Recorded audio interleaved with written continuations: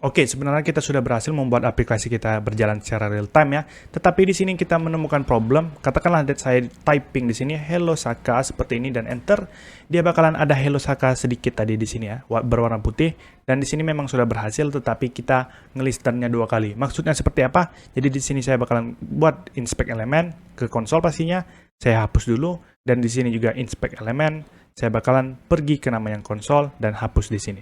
Oke, kalau kita lihat di codingan kita kemarin di conversation.view pastinya ketika dia window.echo di sini, ketika dia berhasil ngelisten, dia bakalan log berhasil listen ya. Kalau saya buka di sini kedua browser yang saya buka tadi, nah misalnya saya di paramita, katakanlah saya nulis Saka seperti ini. Oke, kalau saya klik enter atau klik send message, kalian bisa lihat di sini dia di sebelah kiri berhasil listen, di sebelah kanan juga berhasil listen. Harusnya yang listen itu yang kanan saja, yang kiri tidak perlu listen, biar tidak terjadi problem seperti yang kita tidak inginkan tadinya ya. Oke, untuk itu kita sebenarnya gampang sekali.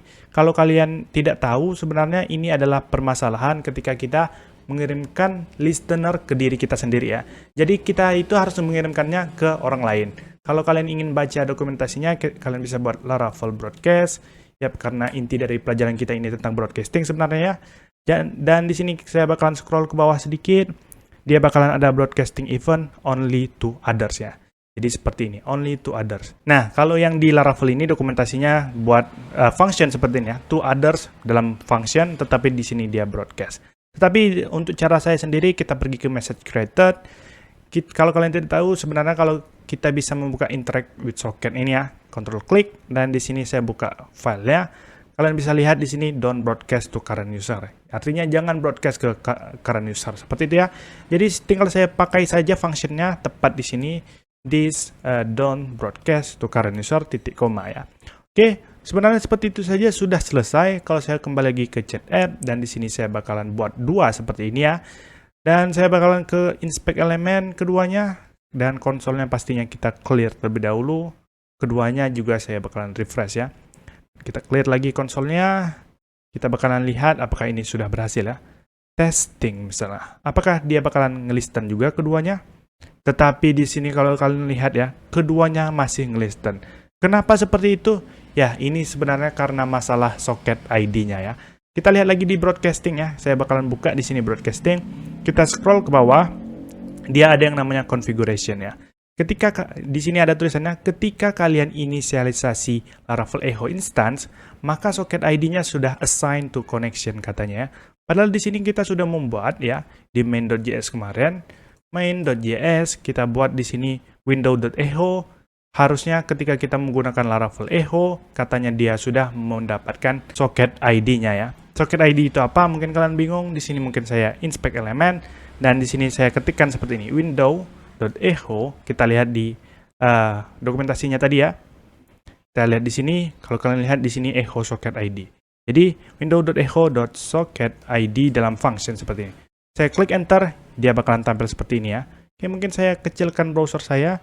Kita bakalan ngecek apa maksud dari socket ID. Di sini juga saya buat window.socket ID pastinya. Yap, kalau kalian lihat ya antara yang kiri dengan yang kanan angkanya berbeda. Ini akhirannya 02 dan di sini akhirnya 46. Artinya beda ini. Ini sebagai unique identifier sebenarnya kalau kalian tidak tahu. Atau ketika kita ingin menggunakan don't broadcast to current user, inilah yang dipakai untuk mengidentifikasi user mana yang tidak diberikan broadcast. Seperti itu ya. Nah, tetapi ini kenapa error? Atau kenapa tidak bisa? Karena kita harus mengkonfigurasikannya secara manual. Sebenarnya sebelumnya saya berhasil membuatnya tanpa konfigurasi secara manual ya.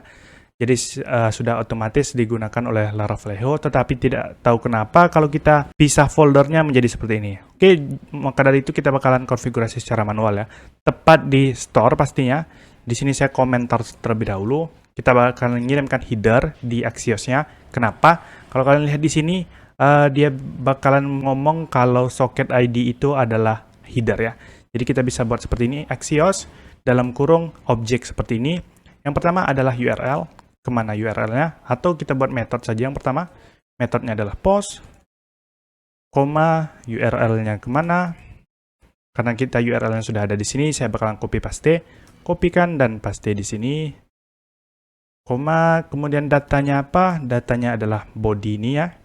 Body this message. Oke, dan di sini mungkin yang kita inginkan kirim adalah headers. Seperti ini ya, headernya adalah X socket ID seperti ini ya. Kita buat di sini window.socket maksud saya .socket ID seperti ini ya. Kalau saya buat seperti ini, apakah sudah berhasil? Kita bakalan testing ya. Oke, mungkin di sini saya bakalan hapus semua message-nya biar lebih clean terlihat. Saya cek all dan delete all message, yes. Dan kita refresh lagi di sini, serta yang di sini juga kita bakalan refresh. Dan di sini saya bakalan split menjadi dua seperti ini. Oke, di sini Paramita dan Sakana Pitupulu. Saya ketikkan testing. Klik di sini. Yap, dia tidak ada lagi putih-putih nampil di sini ya. Oke, kalau kalian tidak percaya, kita bakalan inspect elemen dan pergi ke konsol yang mana yang bakalan ngelisten ya. Di sini juga konsol, pastinya bersihkan terlebih dahulu. Oke, mungkin saya dari Sakana Pitupulu.